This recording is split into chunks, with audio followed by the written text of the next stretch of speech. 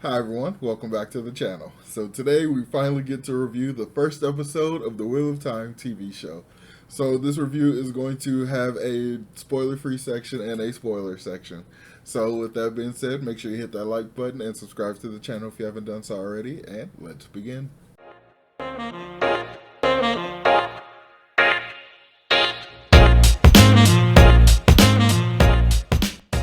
So the Wheel of Time, yay! We finally got here. We're finally at episode one, and Amazon dropped the first three episodes. So I'm going to release my reviews of the first three episodes over the course of Friday, Saturday, and Sunday.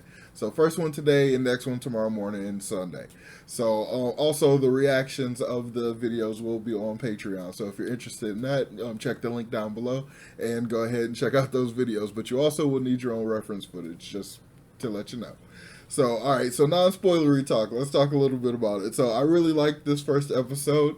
They changed quite a bit, like significant amount of things, like some significant little points they changed, and I really appreciate it because I've always said like I find the series a little bit rough, the Wheel of Time series, at least my experience so far. So I feel like there's a lot of room for changes and improvements and stuff, and some like smoothing out some wrinkles. And I'm really happy to see that there's signs that they're definitely changing some stuff to further benefit the show itself. So some of the stuff that they're changing had me like scratching my head and stuff. I'm like, oh, okay, I guess we're gonna do that. I'm like, oh, okay, that's like a little weird. But then like I started to see what they were doing. They made some changes that basically will heighten the emotional stakes in some of the situations. Some of the events that happens in the early books, these events that they changed and stuff will have a much greater impact and tie us more so to these early events. So I really appreciate that kind of change because it's clearly well thought out, from what I can tell so far, and it's just so well done. Like some of it, I just really appreciate it. And I'm just like really hyped about it because it was so much fun. It was a good episode. We basically surrounded one character, kind of more or less. Really, we touched on all the characters, like all the ones we really need to touch on.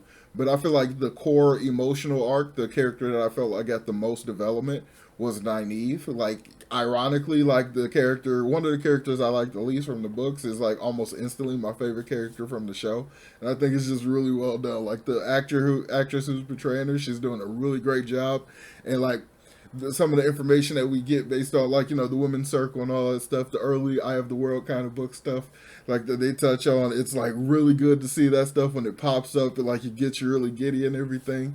So it's really well done, and I can't compliment it enough.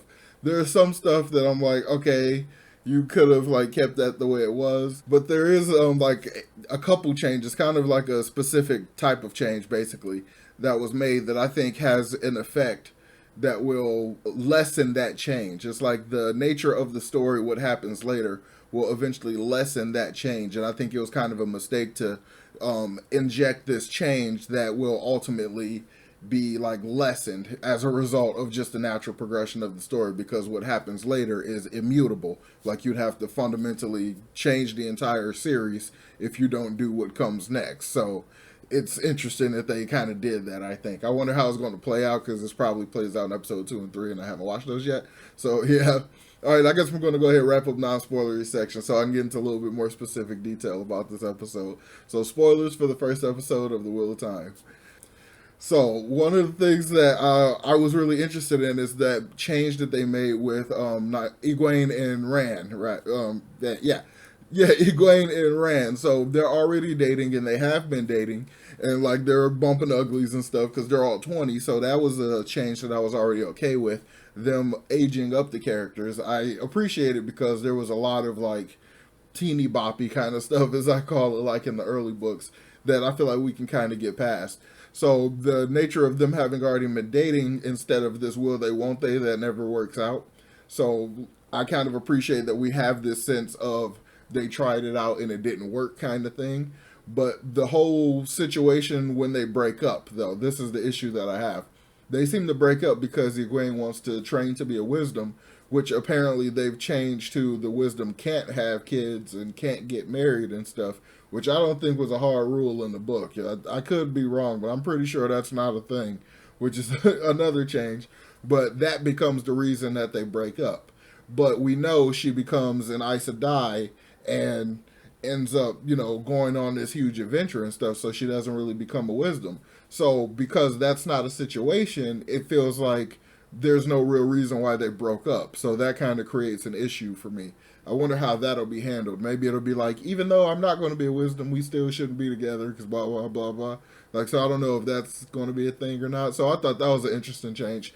But that's probably literally my biggest negative of the show so far. Is like that change, because I feel like it's going to have ramifications down the line that are going to be hard to kind of ignore. Another big change, and something that was really cool and probably got the biggest emotional reaction out of me, is Perrin's wife. Perrin has a wife. He is already married. Instead of him just being like a blacksmith apprentice, like learning to be a blacksmith and stuff, he's like in a partnership with his wife, and they are both the blacksmith like team basically of the town and stuff. And I thought that was a really cool dynamic because it kind of pushes the gender reversal, or the gender, well, more intermingling gender roles and stuff like that. So the show, that like at least from my perspective, it seemed like she was the primary blacksmith and Perrin was like her assistant kind of thing. So I really appreciate that kind of stuff. And they showed that the women's circle was very much like the women's circle and stuff. And they were like they had so much more energy. Like there's the scene where they were in the pub and stuff, and all the women were like drinking and stuff, and they were all rowdy and everything. I really like that because it makes it feel like they have much more like, I don't know, a presence, like a much more dominant presence over the area, and I think that's very appropriate for who they are. So I thought that was really cool.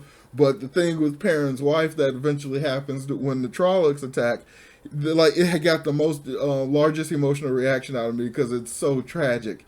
Like Perrin just killed the Trolloc, and like he's just axing it to death and just smashing it, and blood's all over his face, and I'm like, that is so much foreshadowing for the Battle of Dumas as well. Like, cause when he was smashing, it's like, it's like crazy. But like in the heat of that, like as he's swinging the axe, he basically turns around and accidentally chops his wife like in half in the side, and almost chop her entire body in half and kills her accidentally, which is like, oh my god, that's so incredibly tragic.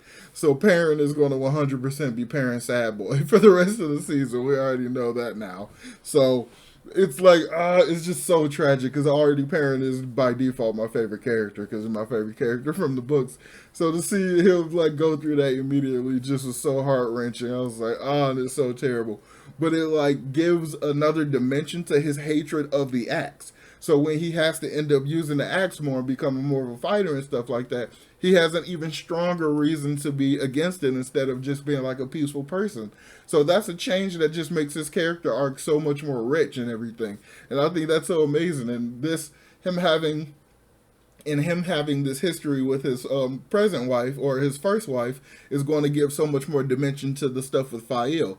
And I hope they kind of shoo away the Barrelane love triangle-y kind of thing that goes on, because to me that got tired really fast. It's like just tired. But I think that change will like add so much more to his character development and his character arcs going forward. And I just think that was one of the best changes. I was like, at first I was very much like, whoa, okay, he's married. Like, that's like how we do it. Like, I just like, because I keep thinking about the changes that it will incur down the line and stuff.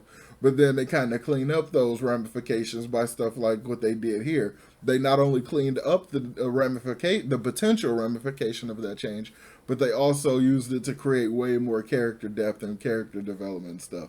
Same thing with Matt, the way like his family is. His sisters, there's a bigger age gap between him and his sisters. And it's like he is their great protector and stuff. So like his core of who he is, like we all know like Matt at his core is like a sweetheart and like he's a good person and everything. So we get to actually see that visually through his caring for his sisters, because his parents are very neglectful, and I think it's implied they're like drug addicts or something, but like they're very unreliable and stuff. So like even though we see him steal from this girl that he like flirts with and clearly steals her bracelet and stuff in order to try to pawn it, what he ends up, well, I don't know. It's implied that he was going to do something for his sisters anyway, but Pat on Fane, who he was trying to sell the bracelet to, basically shysted him away by just giving him some of the lanterns for the events later that night.